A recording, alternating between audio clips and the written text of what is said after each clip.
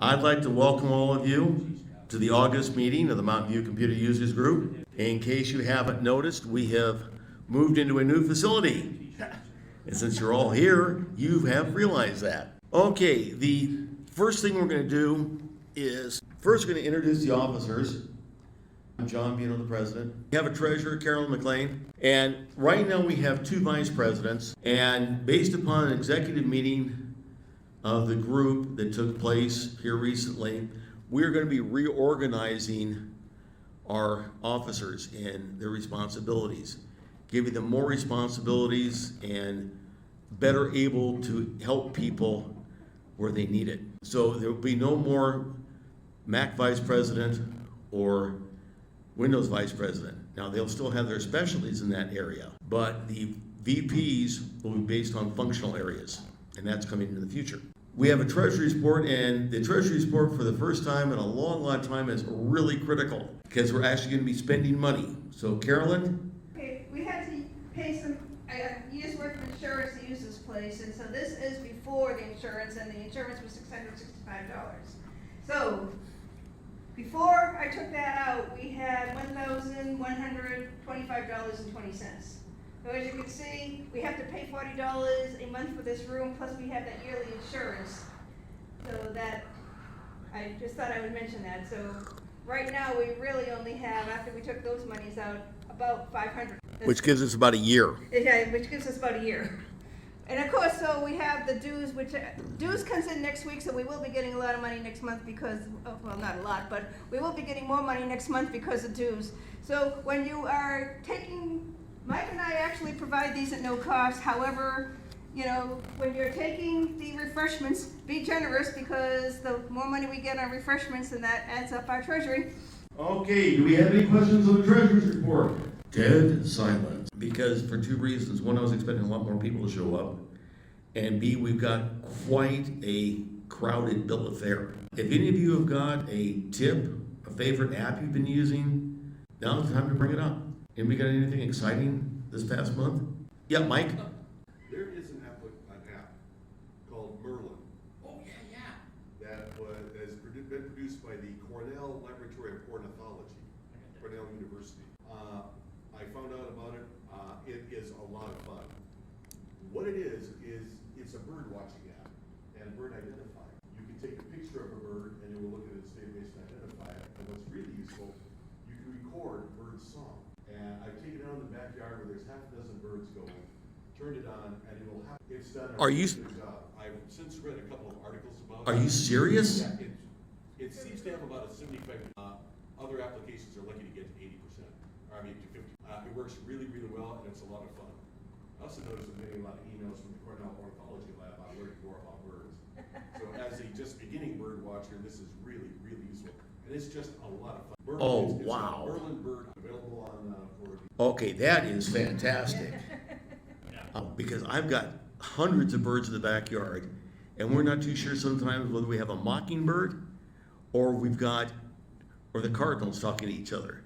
Because we've got a two pair of mating cardinals, and they're fun to watch. Yeah, a couple of weeks ago we heard something. I'm going, I have no idea what that is. And I used it and said, oh, northern cardinal. I couldn't see him at all. I don't know where he was. Look deep into the trees because that's where they hide. Yeah, Barry, you got one? Aware of in the news and stuff, there's lots of places now that are, as part of their opening up, they're also requiring people to be vaccinated or have a negative COVID test in order to be indoors in a group. And there's a company out of San Francisco that is putting vaccine passport capability on an iPhone into your Apple Wallet. And they're a company that have been working with medical records for years, so they're HIPAA compliant and all that stuff.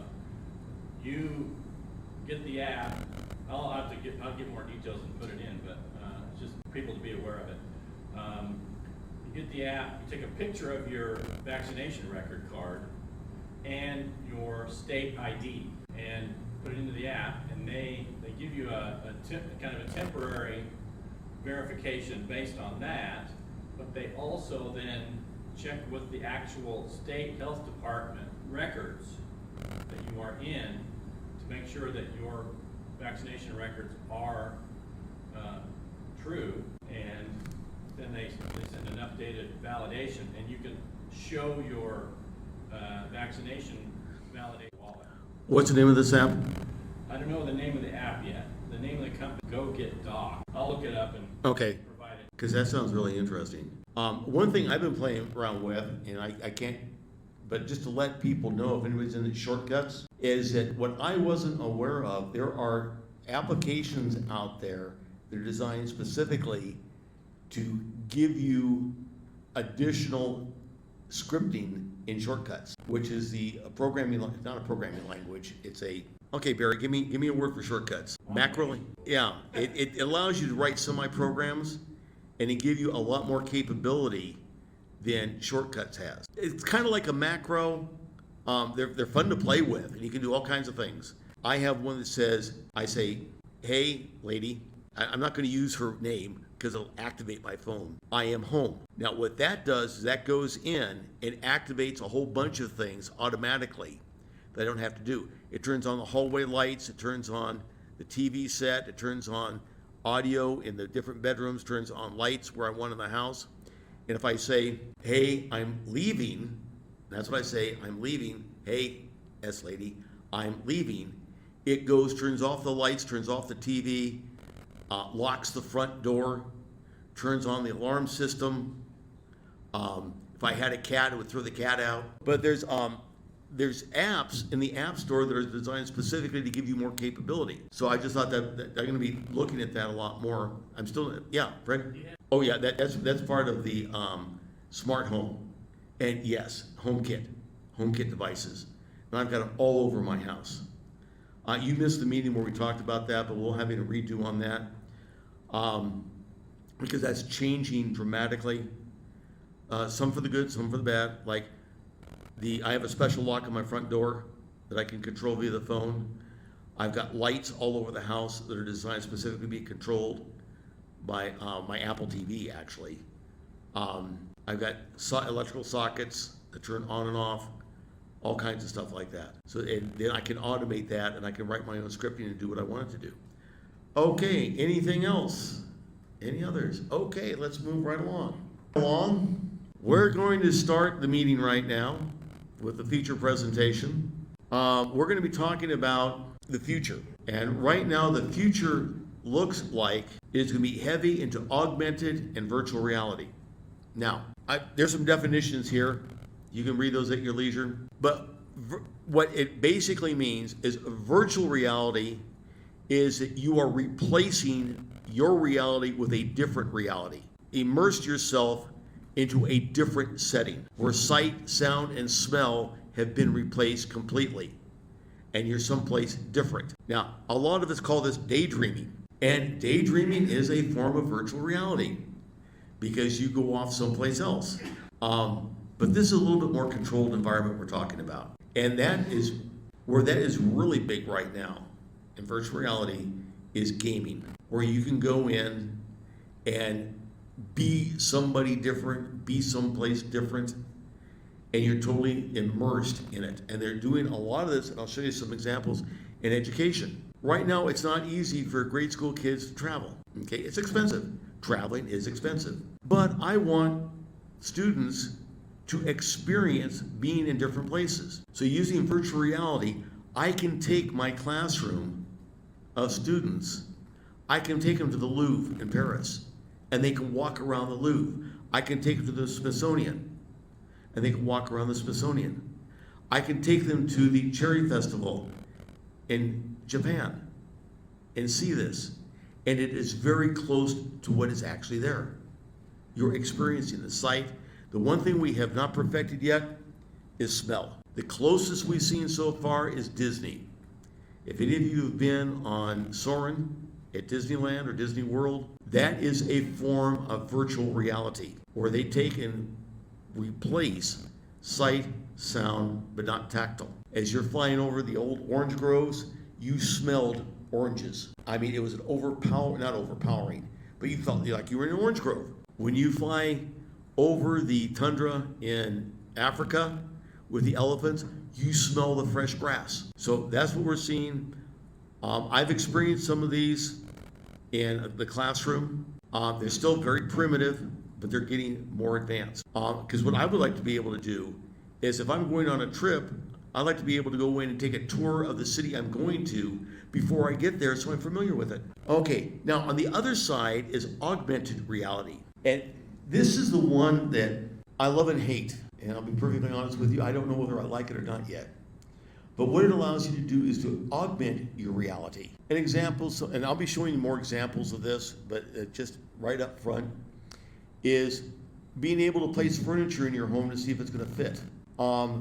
Walking on a city tour, walking down the street, and as you pass historical, is that you are shown in your glasses that you're wearing historical markers, and you can bring up information about that. You can augment your reality, like having birds flying in this room. Last month's meeting I showed you that where we had a pterodactyl flying all the way around. I can see some practical uses for it, but I just don't see where it's going yet. But there's a lot of companies, including Apple, that is really big into it. They think augmented reality is going to be the future. I've seen some very interesting gaming done with augmented reality, but we're going to take some examples and see where it is today.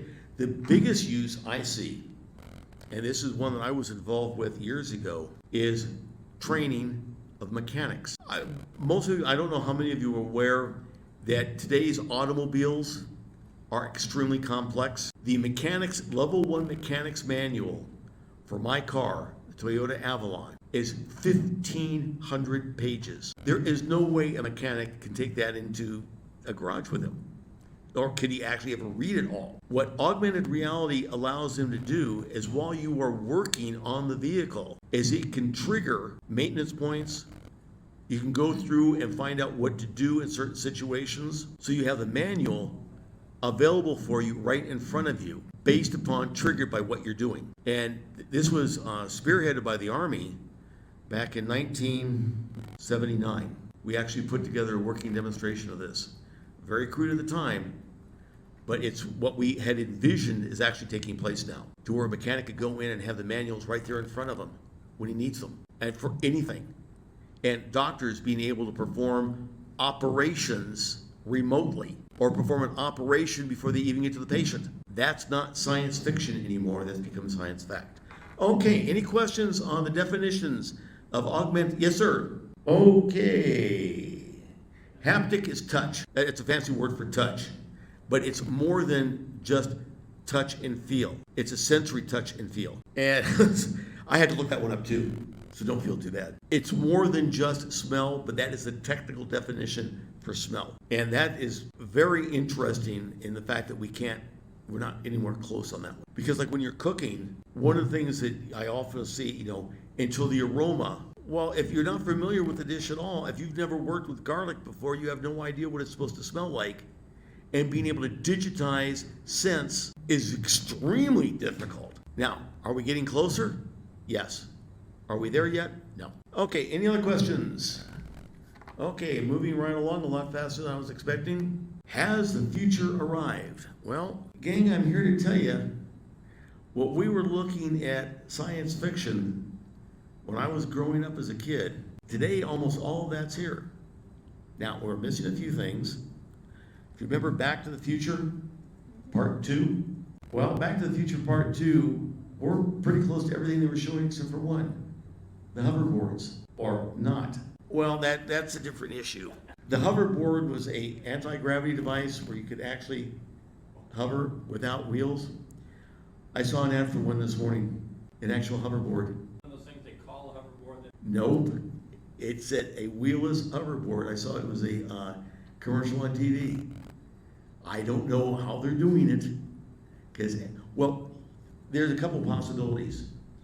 Anti-gravity can be done with mercury.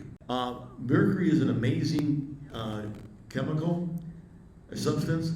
However, we have laws preventing its use. Should be interesting. Okay, transportation. We've all seen in science fiction of the driverless auto. Well, that's not science fiction anymore. They actually do exist. And they've been very successful, except when you read the press. We'll talk about that. My favorite one is finding stuff. Now, I know none of you have experienced the problem of ever losing something. That just doesn't happen to the normal person. We don't lose our keys, lose our wallet, lose our purse, forget our purse someplace, forget your umbrella. Never happens to you guys. It happens to me all the time. There are devices out there right now that actually assist you in finding lost items. Such things as your car. Now, I know that none of you have ever experienced going into a huge parking lot and can't remember where you parked the car. You know you parked it someplace. You're sure of that. But you're now looking at 10,000 cars and you did not write down where you were. And so what do? Well, it used to be you just sat in the corner, sucked your thumb and cried. Or today, you take out your phone, you go to the map app, and it says parked car.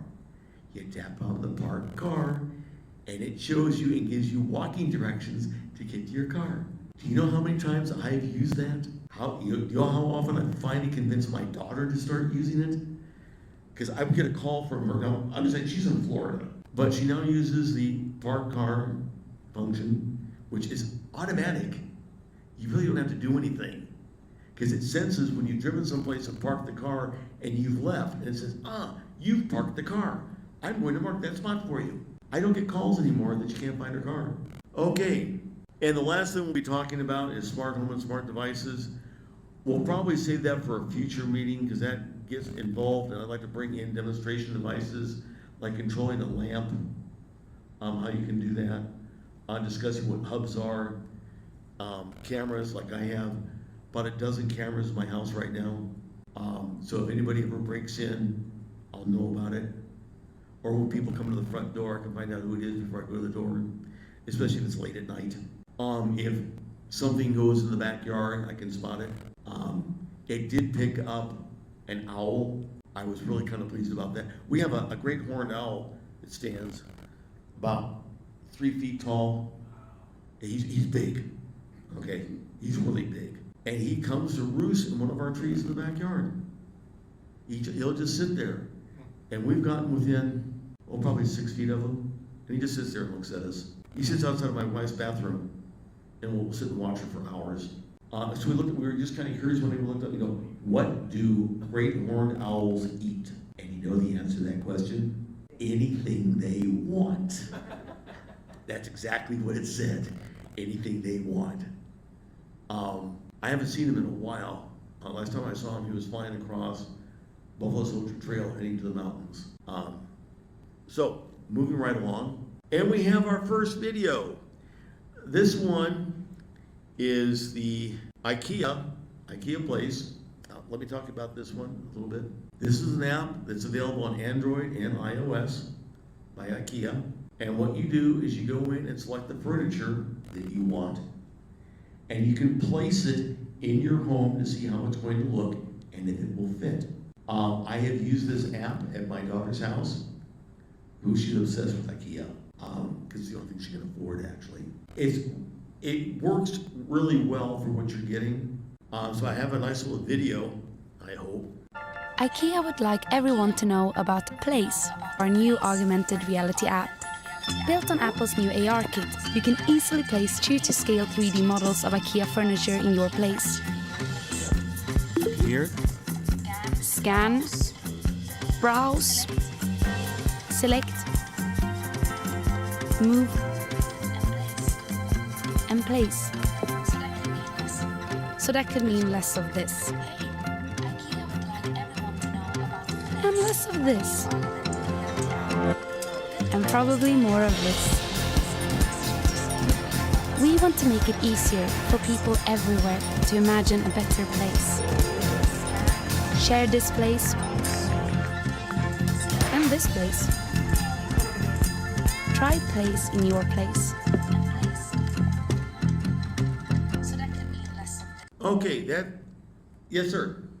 I'm going by a podcast that I heard last week that said it was available for Android also. I do not know that for a fact. I will check that out. Yeah, this was done last year. Yeah, Apple has gone to great lengths on making an AR kit available that makes putting AR, augmented reality, into an application very easy. Now, another company that begins with an A has been doing the same thing for all platforms, and that's Adobe. They've also come out with an augmented reality kit. The app, would you guys like to see that app in action or not? I'm gonna leave it up to you. Pardon? Adobe? No, not the Adobe, the IKEA place. Yeah, no, the AR kit are programming APIs. And unless you're a programmer, you would not appreciate it all. Actually, it's a set of objects that allow you to bring in augmented reality objects very easily. Well, I won't say very easily, but easier. Okay, but that is one area, interior design. There's a bunch of apps coming up for that. One of the most interesting ones that I've seen lately, it has to do with realtors. One of the big problems that realtors have, or did have in selling homes until recently, was if a home was empty, it did not sell as quickly as a home that had furniture in it, and they call it staging. So what they wanted the photographers to do that were taking pictures is to go in and stage empty homes. Well, up until recently, that was rather difficult to do. It is getting easier to where you can actually go in and stage an empty house. But you have to have some pretty decent photographs to do it with. And going in and creating 3D imagery of a home for architectural purposes, for real estate purposes. Now, what's interesting is for quite a while, it was a buyer's market, which meant that they had to work harder to sell a home. Right now, it's the exact opposite. It is a seller's market, especially around here. Homes are disappearing within hours of going on the market. In fact, a friend of ours, a friend of my wife's, that she ended up getting $44,000 more than her asking price for her home. There was a bidding war.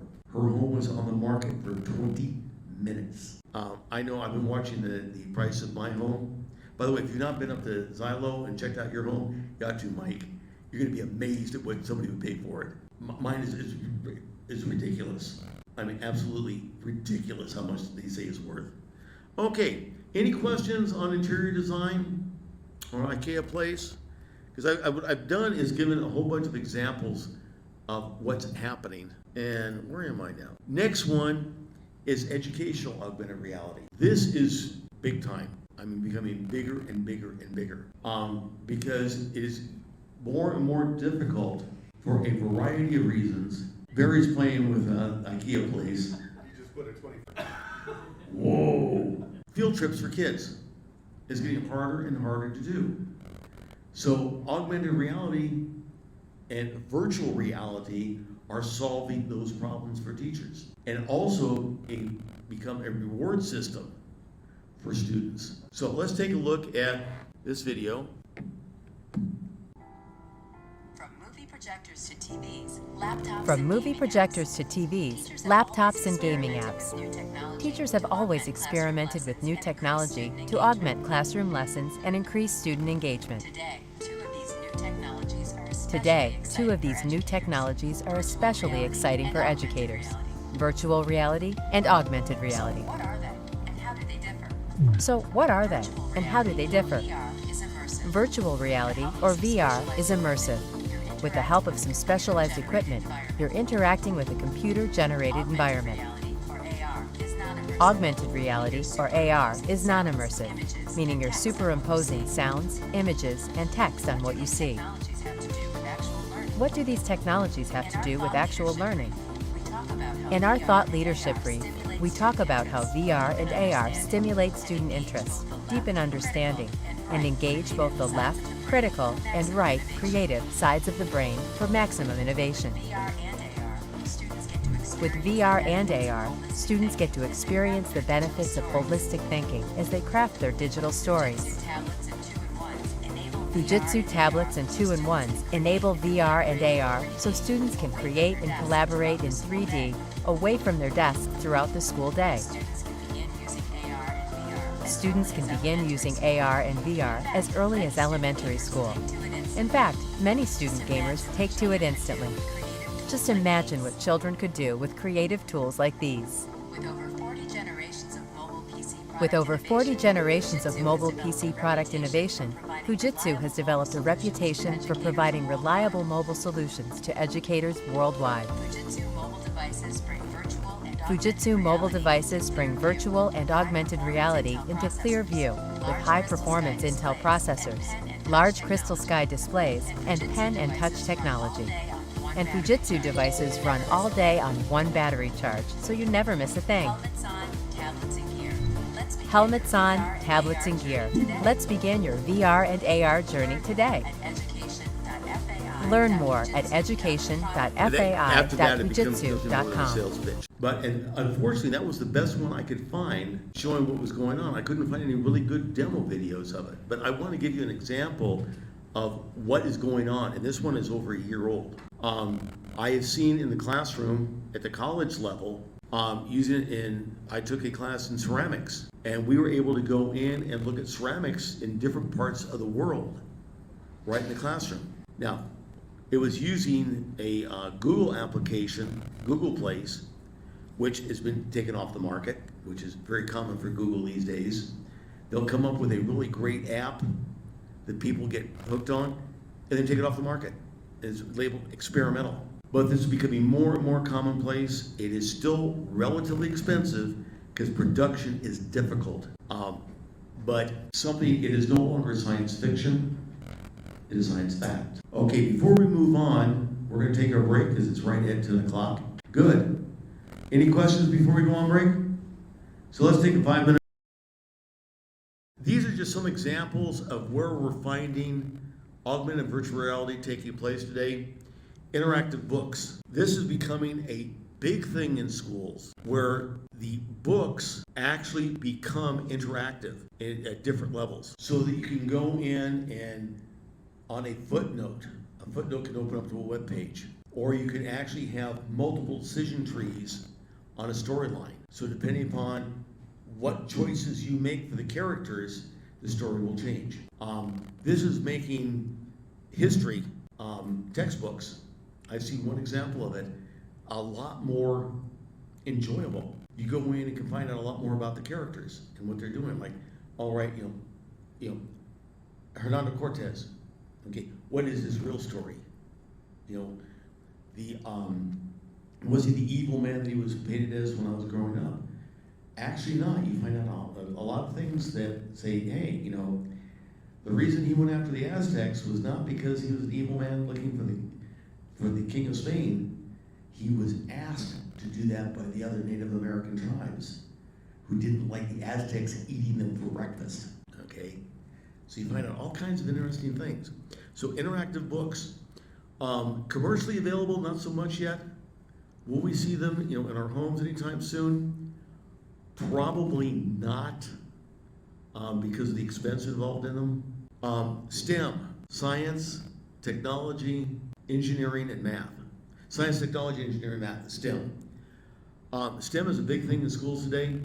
It's trying to get kids interested in the sciences and engineering and away from the humanities. Partially successful. It reminds me a lot of what happened in the space race. All of a sudden, we discovered we don't have any engineers anymore, and we have that big problem right now. The United States is lacking in engineers. If you go to major companies, you see that most of the people in the engineering departments, computer science departments, are not Americans. They're from India, China, Eastern Europe, not from the US. So STEM is that, and there's a lot of good STEM kids out there. And learning games. Oh, these are so great learning games. I've seen science kits. I've seen cooking kits that actually set up a virtual kitchen for kids to play with and show them, how changing the ingredients, change it. Like one thing I discovered the other day. Here's a good one for you. Baking bread. Do you realize that the order of ingredients can make a huge difference in making bread? Yes. If you put in your oil or fat prior to the water, your bread will not rise nearly as much as if you put it in after the water. Do you know how I know this? I did it. Okay? I discovered it. I said, I wonder what will happen. And there's a logical chemical reason for that. But these type of kits take the students through doing things like that. And you find them all the way from about third grade is the youngest one I've seen so far, all the way up through college level cooking, and the science of cooking. Because like baking is pure science. It has nothing to do with, what's the word, talent, yeah. Where regular cooking is a lot of talent and imagination. Baking is pure science. It's all chemical. And like I do a lot of baking, and I've got scales, and I measure everything out, and I discovered that, boy, it really makes a huge difference. I ended up with a loaf of bread that was almost unusable. And I just went, and the next loaf I did, I went back to the order I did it in, and the one with the fat first was about this high. The second one was that high. Almost so high I couldn't put it in my bread slicer. So, but those are some things we're seeing, a lot in education, trying to come around the problems of education, and we have a serious problem with education in this country right now. Very serious. The students coming out are their education in some areas is extremely low, in other areas extremely high. And it doesn't seem to be based upon anything that you can put your fingers on. A lot of it depends upon the teachers that they have. I mean, I've seen students come out of Buena, history, have no idea what World War II is about. They glanced over World War II in the history class as not being important. That's exactly what the student said. Well, our teacher said it wasn't that important. Excuse me? They spent 4 weeks on the 60s, but nothing on World War II. And no mention of Vietnam. When I mentioned Vietnam and asked them about that, they said they had no idea what I was talking about. So that's where we are today. Editorial comment. Okay. Language translation. Okay, this one is really cool. Okay. And anybody who has an iOS device, this is readily available. It's called Translate on your phone. It is an amazing app. And Google Translate is available on everywhere. If you're going into any country or South Tucson, Chinatown, take this with you. I have used these apps over and over and over again. I've carried on full conversations with people. That the languages available that are really available are very common ones: English, Spanish, French, Italian, German, Swedish, Hebrew, Arabic, and Chinese, and Japanese, if I remember correctly, are the standard ones. But you can either write or speak, and it will translate for you. And when you speak it, it'll record it so you can play it again in case they didn't get it, and you can record the responses. And I've carried on full conversations, like the gardener we had for a while. Really nice guy. His English was very, very poor. His Spanish was excellent, and my Spanish is absolutely horrendously bad. So he and I carried on a conversation of almost an hour using Translate, and it worked like a champ.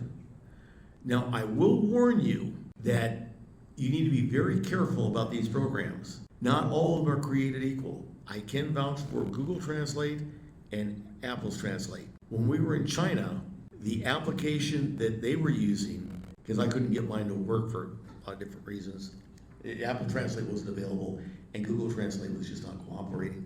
The translation from Chinese into English was not good. It was unintelligible. The translation from English to Chinese was okay, because we were in a restaurant and nobody in the restaurant spoke English. So they had the app, and he understood what I said. When he showed me what he was saying, it made no sense. Absolutely not. So just be careful on that it's not 100%, but I can vouch for Google Translate and Apple's Translate. Excellent products. And they also have ones now, and this is iOS 15, and I love it. A sign. You take a picture of a sign in a foreign language, it'll translate it for you. You take a picture of a newspaper article, it'll translate it for you. Not only will it read the characters, it recognizes the language and asks if you want it translated. Live text is what it's called, and I'll tell you right now, that is the greatest AR device I've seen yet. It is just amazing. I use it constantly. And what I do is I'm sitting in a doctor's office, going through magazines, I come across a recipe or an article I want to read later. All I do is snap a picture of it, and I have the article as text. It recognizes it. And so I'm sitting there, scanning all these articles. And in fact, I had one of the nurses come and said, "What are you doing?" And she's known me for years. And I said, I told her what I was doing, and she has an iPhone and didn't know that it had that capability. I said, it's coming in iOS 15. I'm using the beta. So when that comes out, believe me, and you look for the little icon that looks like a piece of paper. Okay, there are translation devices out there now. One of them is from Google, which I believe has been taken off the market, where you could put an earpiece in your ear and it would translate in real time. According to my daughter, they don't work. I bought her one for her job at Disney because she's faced with foreigners constantly speaking languages they don't even know what they are half the time. So I bought her that had 256 languages, supposed to be real-time translation. She said they just flat didn't work. For some languages, it wasn't too bad. But for a lot of, like Chinese, she said the Chinese was absolutely useless. And what you wanted was the ones that the Chinese visitors had. Because he said that one was fantastic. Because what they spoke, it translated to perfect English. So that's another one, AR, language translation. And that's the biggest one that is just incredible. Okay, any questions on that before we move on? No, that is not a video. Okay. Automobile, I got a video on this one. The increasing complexity of products like vehicles and the amount of required information are often challenging for workshops and their staff. Information has to be researched in different service systems, and data has to be transferred to relevant places. The solution is literally right in front of your eyes. Augmented Reality by Bosch. All relevant repair information at a glance. Bosch's augmented reality is an intelligent and intuitive technology which presents all relevant information directly in your field of view. So identifying fault sources and repairs can be performed more quickly and efficiently. Relevant information can be matched with the physical locations on the vehicle and is displayed where needed. You can accomplish even complex repair procedures simply and easily. In the near future, augmented reality glasses will be the central user interface in the workshop while having both hands free. Using augmented reality makes the workshop significantly faster, and you avoid mistakes. All information gets imparted visually at the correct location. This sustainable learning effect reduces training costs. Live with the vehicle. And in the virtual world.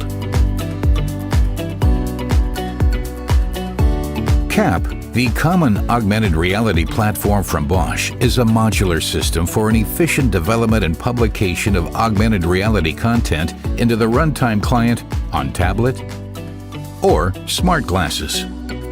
CAP enables seamless integration of augmented reality into existing authoring processes and applications. It minimizes development and go-to-market time for augmented reality solutions and content. With CAP, you can save time and money to deploy and maintain augmented reality applications on a global scale. Bosch applies internally CAP and has therefore broad domain and business knowledge, which makes them the perfect partner for augmented reality. Augmented Reality and CAP by Bosch, a new technology to make your workshop more efficient.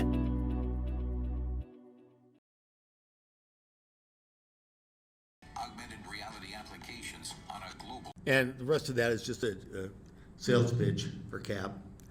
But that's the best example I could find of what's going on. And Toyota's got one, but they don't have any videos on it. If you ever can go into the garage at one of the major car dealers here and watch the mechanics, they all have tablets. And that's how not that I have seen here in town.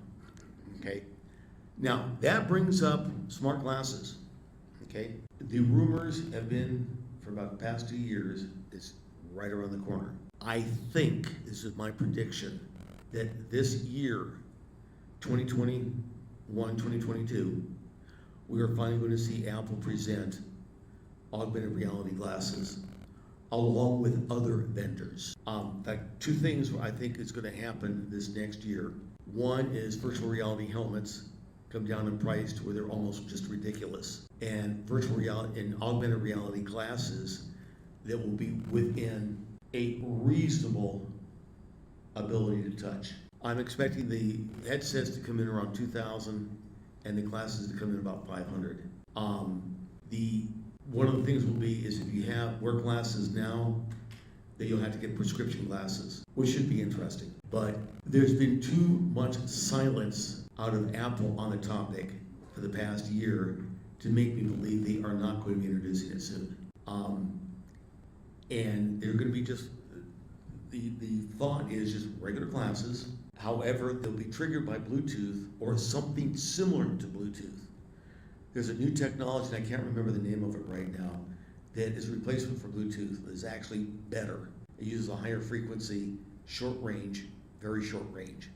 You can carry a higher bandwidth. So that you can trigger, you can say like, hey lady, show me directions to get to, and the directions will pop up right in your glasses, and it'll be showing arrows as you're walking, or show me the ingredients for whatever you're cooking. And that way you don't have to turn away from what you're doing. You can see the ingredients right here, and it'll look like it's on a screen out in front of you. I don't know if any of you have seen these headsets right now, but it actually looks like you're seeing a piece of paper in front of you, not on your glasses, but projected out in front of you. So it's actually quite comfortable in viewing them. Same with the virtual reality set. I've played with augmented reality goggles, not the Google Glass, but from another company that never went into production. They were not real comfortable to wear, but to use. It projected, a piece of paper or video out in front of you. If you're watching a movie, it looked like it was on a 120-inch screen, and it was very viewable. What was interesting is that the video was opaque. You couldn't see past it. The paper was opaque. You could very easily read what was on it, and you could see right through it. So that's right around the corner. I think we're going to see that this year, finally. Any questions on automobiles in the technology? No questions. Am I boring everybody, or are you finding this interesting? Oh. Of course, one thing I couldn't help but notice during that video is nobody actually ever touched a car. If I was using that technology, my thing would be, great, how do I open the hood? So I wonder about the integration when you actually go to knowledge you're getting and go to apply it by actually doing something. Good question. I don't know. Yeah, it's primarily used in training right now, but in actual production and maintenance is when they have the engine, the hood open, say, all right, what are the steps, and you give it the steps, because some of the things are really complex. Okay, now let's move right along. Ooh, medical training. This is an interesting video. It is the best one I could find. I was really disappointed that there wasn't more out there on what's being done. But then I have a surgeon friend of mine who's retired now, and I gave him a call, and I said, hey, Lou, explain to me, why can't, I know it's being done, but why can't I find any videos on it? And he says, well, that's pretty easy, John. He says, that stuff is so proprietary right now, they don't want it being videoed, because everybody's got their own little way of doing it, and they don't want to share. And the systems are expensive. Like there's one system, I don't think we have it at our hospital right now. I do know that Banner has it up, where they can go in and digitize your body in an MRI.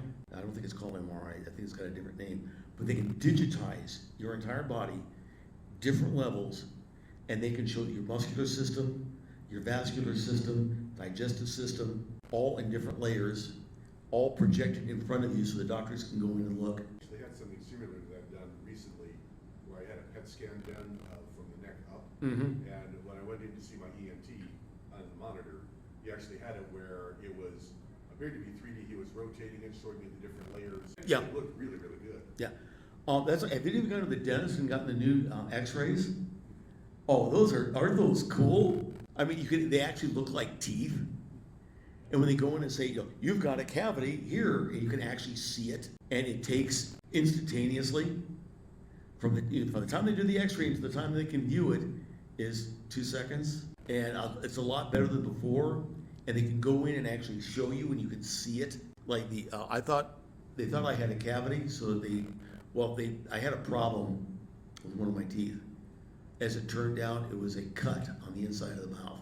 Most painful thing I've ever had from a tortilla chip. That they went and did and checked to make sure that there was no damage from a root or something. And I could go in and see where all my fillings were, where the caps were, where the cut was. He says, that's causing your problem right there. Now, it's going to take a while to heal, but everything else looks good. And if this continues, then we may have to go in and do a root canal. But he says, right now, I don't see it. And I could literally see everything he was talking about. It was incredible. So that's what we have. I'm going to turn this video on. Finn, up on Wilcox and 7th. The old Dr. Smith. He took over Dr. Smith's practice. Smith is finally retired. He's been threatening to retire for like 5 years now, and he finally did it. I think he still shows up like once a week. But Dr. Finn has basically taken over the practice, and he's brought in all kinds of new technology. Like I get text on my appointment, digital X-rays, and when I went to the oral surgeon down there someplace, that's where I saw the first time. That's when they did and the really detailed X-rays. Okay, I'm going to see if I can make this full screen.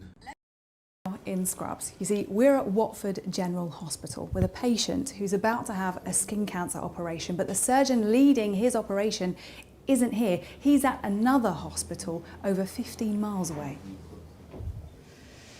Amir, hello. Hello. We don't often see tablets in operating theatres. What are you about to do? We're going to have an operation on our lovely patient Edward. We're going to remove a skin cancer from his face, and as this will result in a defect on his face, we have to design a flap, which is an operation to move some of the tissues on his face to go into the defect to close it.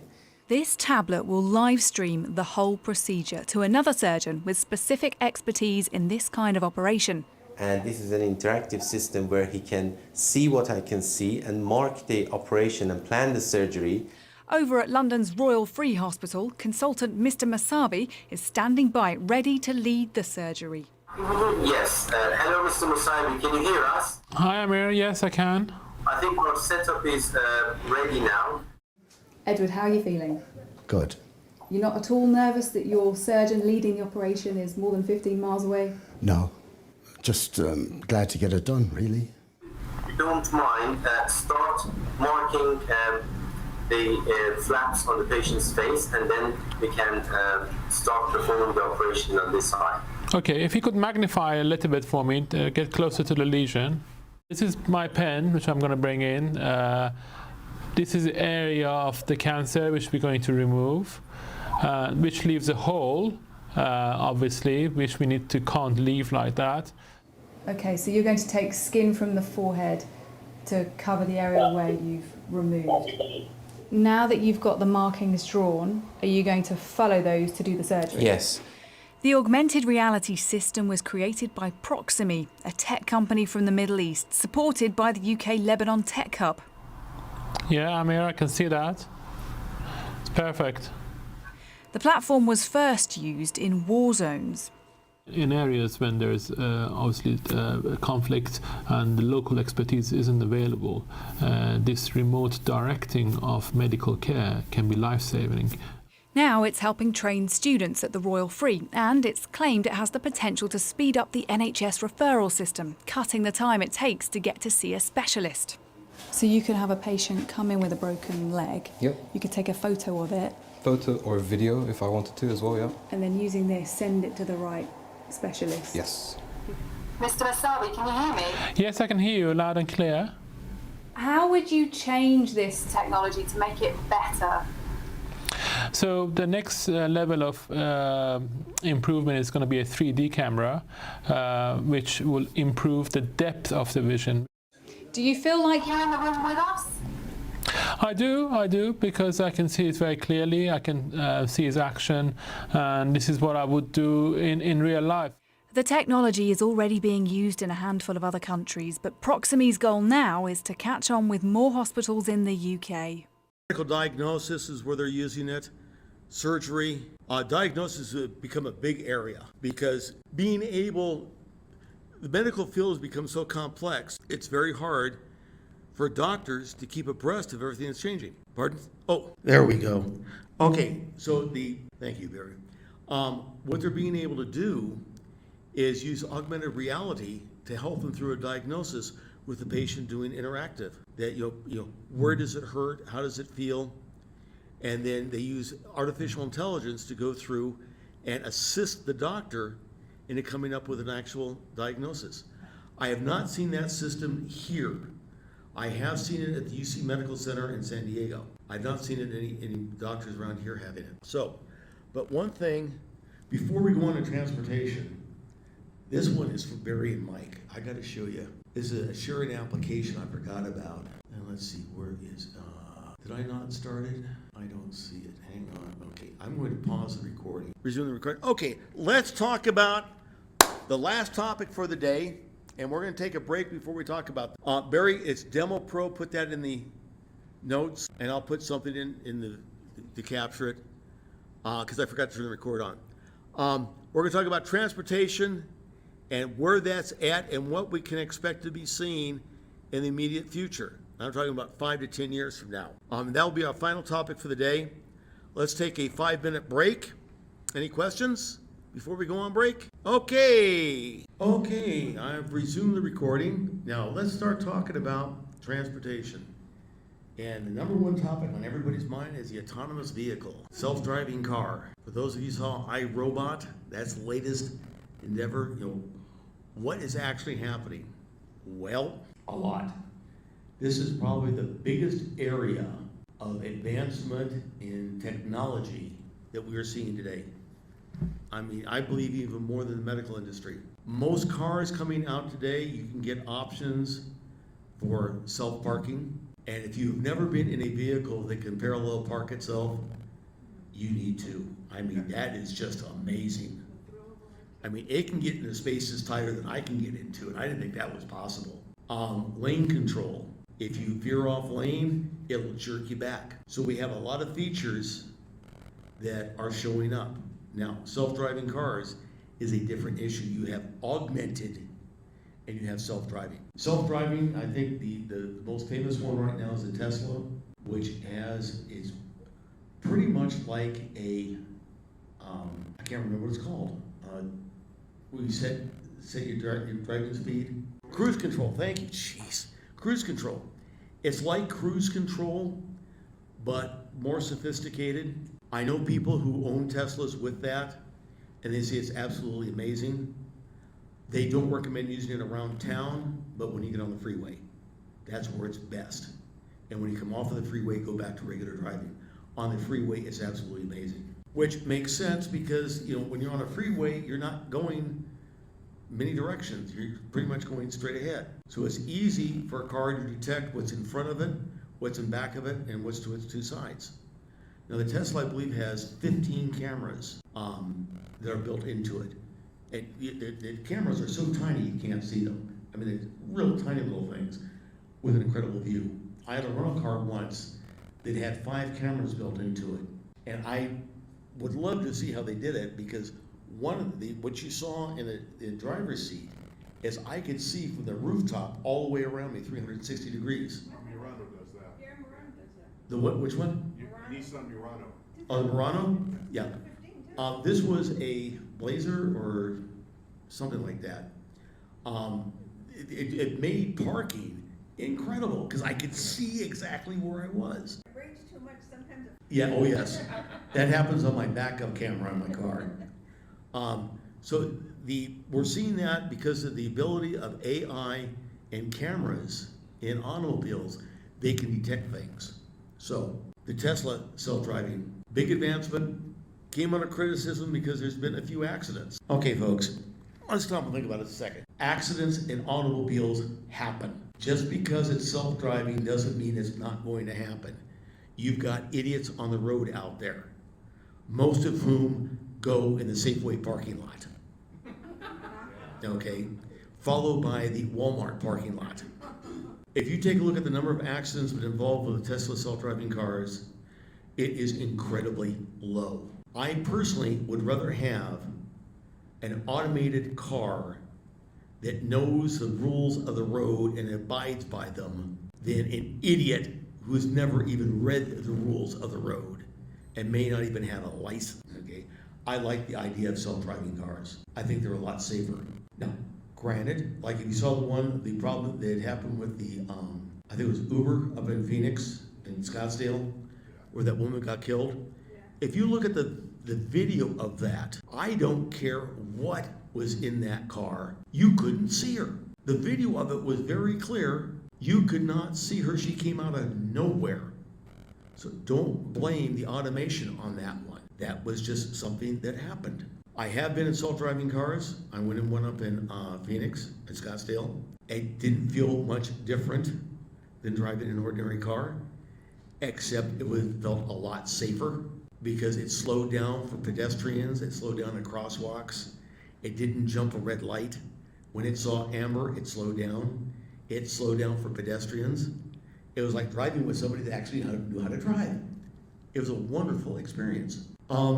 There's a lot of 18-wheelers that are putting it in because what happens with truck drivers? They fall asleep at the wheel, compounded with they're constantly texting. I'd rather have an 18-wheeler being controlled by automation that doesn't fall asleep than to have somebody falling asleep at the wheel and running off the road. My personal opinion. I prefer trains, by the way. It's very difficult for a train to go off track by itself. Okay. Now let's talk about the Apple car for a second. This has been rumored for at least 4 years now, and the speculation that is Apple going to manufacture their own car? Probably not. They're not that stupid. They're a computer company.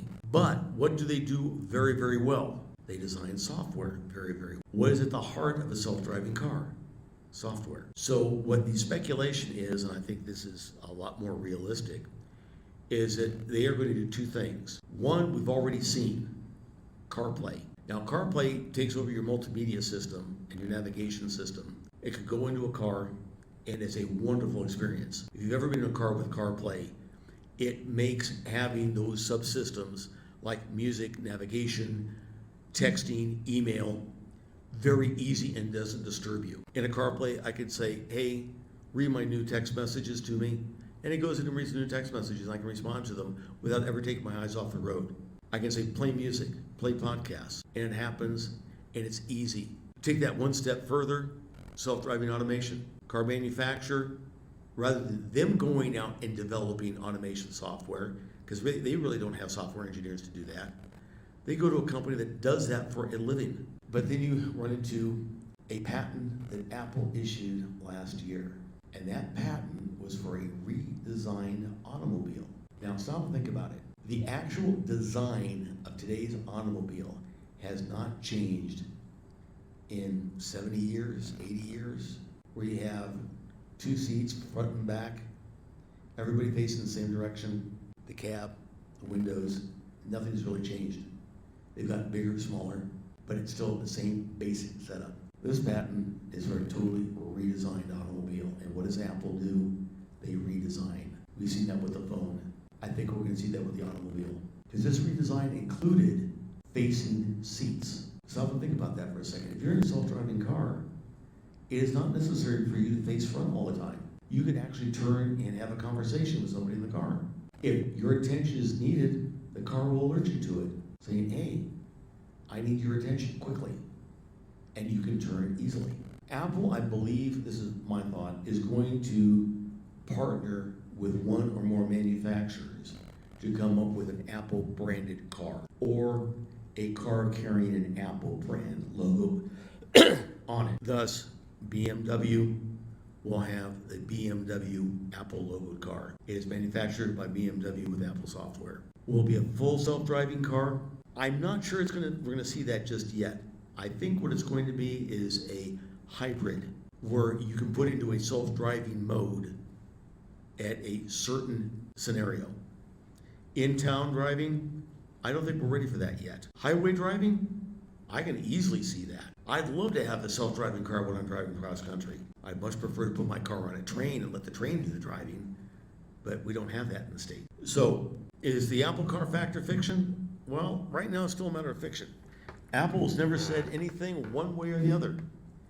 And at least two manufacturers have said that they're in discussions with Apple, and all of a sudden they bring that back. So we don't know what Apple's up to.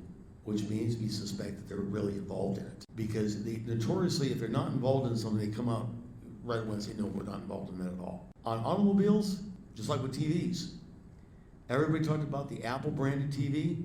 Well, what Apple was actually doing, and we're finally seeing it now, is they were working on building Apple TV into TVs. You can buy TVs today that basically have Apple TV built into it. So you don't have to have an external box. I think that's what we're going to be seeing with the automobiles, is that the Apple software is going to be built into the cars, like CarPlay is. Tesla, yes sir. There's also the idea of autonomous service. So they're not selling them as a vehicle you can buy for personal use, but like you call up an Uber, only you're calling an Apple car, it becomes a picture that's available for somebody else. Autonomous vehicle as a service, that is a really interesting topic, and I'm glad you brought it up because I forgot about it. I had it in my notes, I forgot to get it in the presentation. Uber is actually working on something like that, where autonomous vehicles that you call up as, autonomous vehicle as a service to replace taxis. Now you're saying, oh my goodness, we're going to be replacing taxi drivers. The 4 taxi drivers are going to be out of work. Well, I want to bring up the McDonald's kiosks. You remember when McDonald's introduced its kiosks, everybody said it's going to put the poor teenage kids out of work, that, they're going to be firing everybody. Well, what actually happened is that the kiosk saved McDonald's because they cannot hire enough employees. They are desperate for employees. Every fast food chain in America is desperate. Everybody's desperate for employees. Nobody wants to work anymore. And I won't go into politics beyond that. But the kiosk, which We just did a cross-country trip, and every place Yes. we saw people working, every Especially industry. hotels too. oh, I mean, it's everywhere. It's everywhere. I've seen more for, workers wanted everywhere I go. In fact, I was talking to my sister last week, and her company, she's been retired now for 3 years. Her company called her up, begging her to come back to work, saying, name your salary. They are so desperate because they can't hire anybody, and they've got production stuff, and she works with medical dispensing hardware, and they don't have enough people. The demand is so great, and they don't have the people.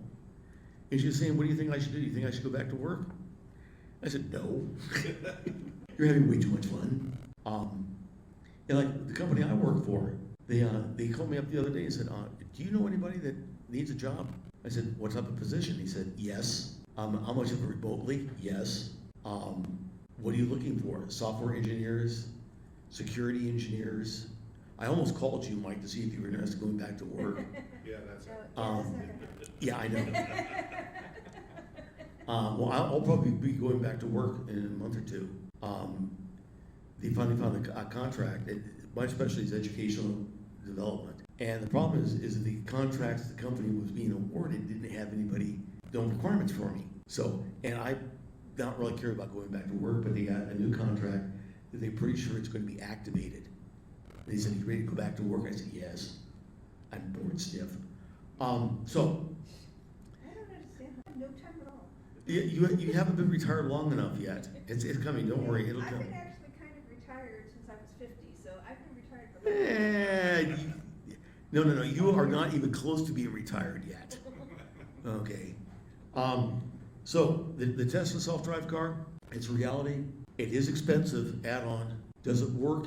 Yes. I have not met anybody who has it in the Tesla, which I think is every Tesla owner out there gets it, that has been disappointed in it. I have a good friend of mine that he loves his Tesla, okay, and he says he uses it all of the time. It makes it driving fun again. Driver error. Can you still have an accident with a self-driving car? Yes. Is the likelihood of having an accident less or more? Well, the Federal Highway Commission, what are they called? Federal Highway Commission? People that run the roads will not release the data on this. They're keeping it very close hold. I tried to go up and find it, and I made a few phone calls, and they said, the data is not currently available. From what I was able to research out, is that accidents in self-driving cars is very low because they follow all of the rules. Now, does it happen? Yeah, we know of 3 big ones. 2 with Tesla, 1 with Uber. one of the ones with the Tesla, I think it was driver error, that he took over the car and ran it underneath the gas truck, okay? Because there's no way there would have been that much of a system failure. The Uber one we know about. The third one that happened with the Tesla here recently, they've not been able to get enough good solid information exactly what happened, other than the fact the car was in self-driving mode and there was an accident and the person was killed. That's pretty low compared to what we see normally on accidents. I mean, just here around town, we've had, 8 in the past month? So, any questions on the self-driving car? Okay, and I think, let's see. Whoa, yeah. I hate these chairs. Let me see what's on my next slide. Oh yeah, we'll go through finding stuff. Finding your lost car, I've already talked about this. Unfortunately, my car is not here. My wife has it, so I can't show you parked car in the Maps app. I totally forgot when Jane said she wanted to have the car. Barry, do you have yours? Because what we can do is I can use screen reflector and you can, there it is. Okay, and you can see it shows where his parked car is. Now, so the way it works, and that's how it goes through Bluetooth. That's how it's activated, and you should be able to get walking instructions. Click on the parked car, directions, and it'll give you walking instructions. First, I gotta leave the building. Is that what it says? Open door. So, Did it tell you you had to leave the building? so that's how you can, as long as you have testing. Hello. I have lost the mic. I think it did. Yep, battery's dead. Okay, yeah. As long as you have Bluetooth in your car and you've connected your phone to the Bluetooth in the car, when you walk away from the car, it's going to do exactly what we just saw. It'll show the parked car. And it keeps it in favorites. Yeah. For parked car, yes. I was just going to say that. Yeah. But no, that shows that great minds think alike. And it works beautifully. Like if you go, I used it here recently, well, actually last year when we went to San Diego Zoo, and I couldn't remember where I parked the car. And so, we walked out from the zoo, and I said, do you remember where I parked the car? And Jane said, wasn't it down there? I said, I don't think so. So I pulled that app and said, son of a gun, okay, it's over there. We were both wrong. And as soon as I saw where I said, now I remember. Yeah. I've used it at Disney World. Yes. At Disney World, it is a lifesaver, especially if you're parked way, way down and you can't remember how far down you were, and it's 11 o'clock at night, and you're trying desperately because you just want to go home and go to sleep because you're exhausted. Yes, I've used that. So keep that in mind. That's very beneficial. Okay, Barry, you can drop off. I'm going to go back to college user. There we go. Oh, come on. Okay.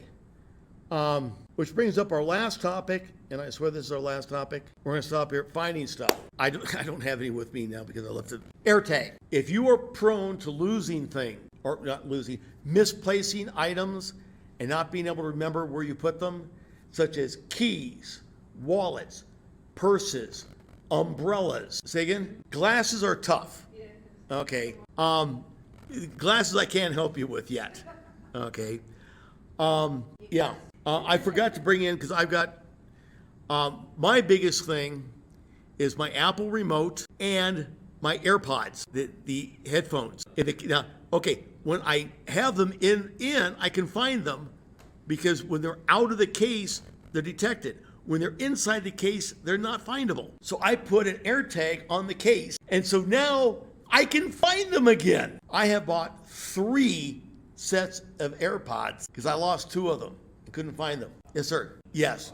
Gen 3 will have that built in because they realized that was really stupid on their part. I have a set on my keys. I bought a case for my Apple TV remote that I put an AirTag in so I can find the remote when I lose it in the couch, the original. The new one, surprisingly, I have not had that problem losing it. I don't like it. I don't like the shuttle and where they put the Siri button. I hit that Siri button constantly where I never did before. Yes. A couple things that people have commented about them. Is it being able to track people without them knowing about it? My personal experience has been that if you have an AirTag that doesn't belong to you and you have an iPhone and it's within range of you, you're going to get notified about it. Okay, I can't tell you how many times my wife has said, "Why am I getting notified about this? It says an AirTag is following me." Well, yeah, it's the AirTag I have on my AirPods in the car, and she's with me, and it doesn't belong to her, so it says, "Hey, there's an AirTag following you." But, like, I keep my wallet, I have one on my wallet, which is attached to my iPhone. I quite often, like I have right now, I take the phone out and I leave the wallet someplace else. When I step out of the car, it tells me, "Hey, you left your wallet in the car." My AirPods, "You left your AirPods in the car. Did you really want to do that, you idiot?" Okay. So now I used to have the tiles by the other company. Tile. Did not like them, did not work. They were, yeah, well, the original tile, my big problem with it is the battery only lasted for about 30 days. I was constantly changing batteries. On the AirTags, I haven't changed the battery yet. Have I been pleased with the AirTags? Yes, absolutely. I use them constantly. I have one in Jane's purse. She doesn't even realize it's there. Because I never lose my purse. Well, yeah, she does. She forgets where she puts it. And now I can find it. I found it, yes, ma'am. Oh, well, yes. No, I don't. Okay, here's an example. Oh, yeah, here we go. I do have one with me. Okay, keychain, AirTag. That's it right there. It's about the size of the battery. Yeah. And what I'm going to do is I'm going to put my keys over here. The tile actually have a corner where they have a wire and you can actually put them on it. Apples are just solid. You have to buy an accessory to put it on a keychain. Of course you do. And if you want to really get highfalutin, you can buy an Hermes for $400. Put it on your keychain. A luggage tag. What do you mean it couldn't be joined? Moving closer. It's right there. Oh, it got turned off for some reason. I've never had to do that before, Ruby. It's supposed to re-establish from the Mac if it's not on. Back. Well, this is definitely different. I wanted to show, hold, I can do it. Never mind, I can do it. I don't need the phone to do it. Okay, items, John's keys, okay? It shows that I am very close to my keys.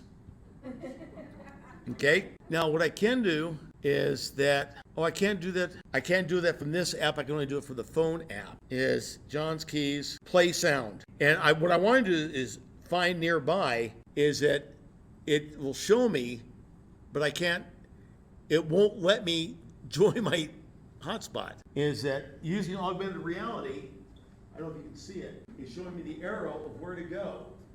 To find it. It takes me right to it. Whoops. Shows me I'm nearby. The chirping alone is like, I gotta take this funny It's kind of a Ted Lasso feeling. Yeah. I couldn't find, I had an AirTag, I thought it was in the car, I couldn't find it. I kept playing the chirp, and then I could hear the chirp, and I was hunting all over the car. Yeah. Okay. Apple has a license available now where people can actually build in the AirTag protocol into their device. So it is not inconceivable that glasses in the future will have it built in so you can find them. Keychains. Oh yeah, there's an electric bike that has it. Yeah. And so that's what the AirTag looks like. Do they work? Yes, wonderfully so. Are they secure? I believe they are. My experience with the alerts that you get when an AirTag seems to be following you does in fact work. So, but if somebody puts an AirTag on you and you don't have an iPhone, you can't be alerted. Is that true? No, that is false. As long as you've got a cell phone, it will notify you, either Android or iOS. Yes, ma'am. Most people have them, always going to be alerted that, there's a... No, it's the protocol for determining if you're being followed, that it has to be with you for a while. Okay, it's not seconds. It has to be an obvious that this tag and you are together. Say you're at the airport and they change gates on you and everybody has to go to the same gate far away, then everybody's phone's going to be buzzing. Ooh, somebody's following. I wonder how long it is that it has to follow you.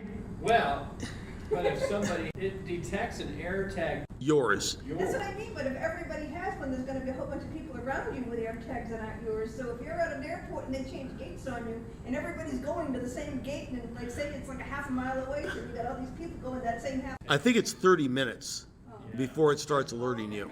Yeah, they've shortened that. Yes. It's either 30 minutes or 3 hours, I forget which. It's happened to Jane a couple of times, and it was really surprised me when it did happen. My daughter has them because she was freaking out over the fact that, I'm going to get all kinds of alerts because, if I leave my purse in the break room. So far, it has not alerted her, because if it's stationary and not moving, it's not going to alert you to anything. No, because one thing that happened to us, we were down at the park on the 4th of July, and it was, it was kind of like a stormy looking day, but it hadn't yet. And so there was a storm. Everybody's phone at the park going up at the same time. Oh, God, yes. Yeah, Barry? Has an air tag, or on a train, or an airport, with a whole bunch of people with air tags. Don't worry, these alerts are triggered only with you. Okay, yeah, that's right. Yes. It's also great for luggage. You put one in your luggage, and then you can realize when it's coming through. Yeah, Yes. cool. Okay. Yes, sir. For it to take full advantage. Yes. We have older phones. We have and- An arrow thing. Yeah. We have older phones and it's the equivalent. Yeah. Give you a minute. Okay. Any other questions? With that, we're going to shut down the meeting for today. See you all next month.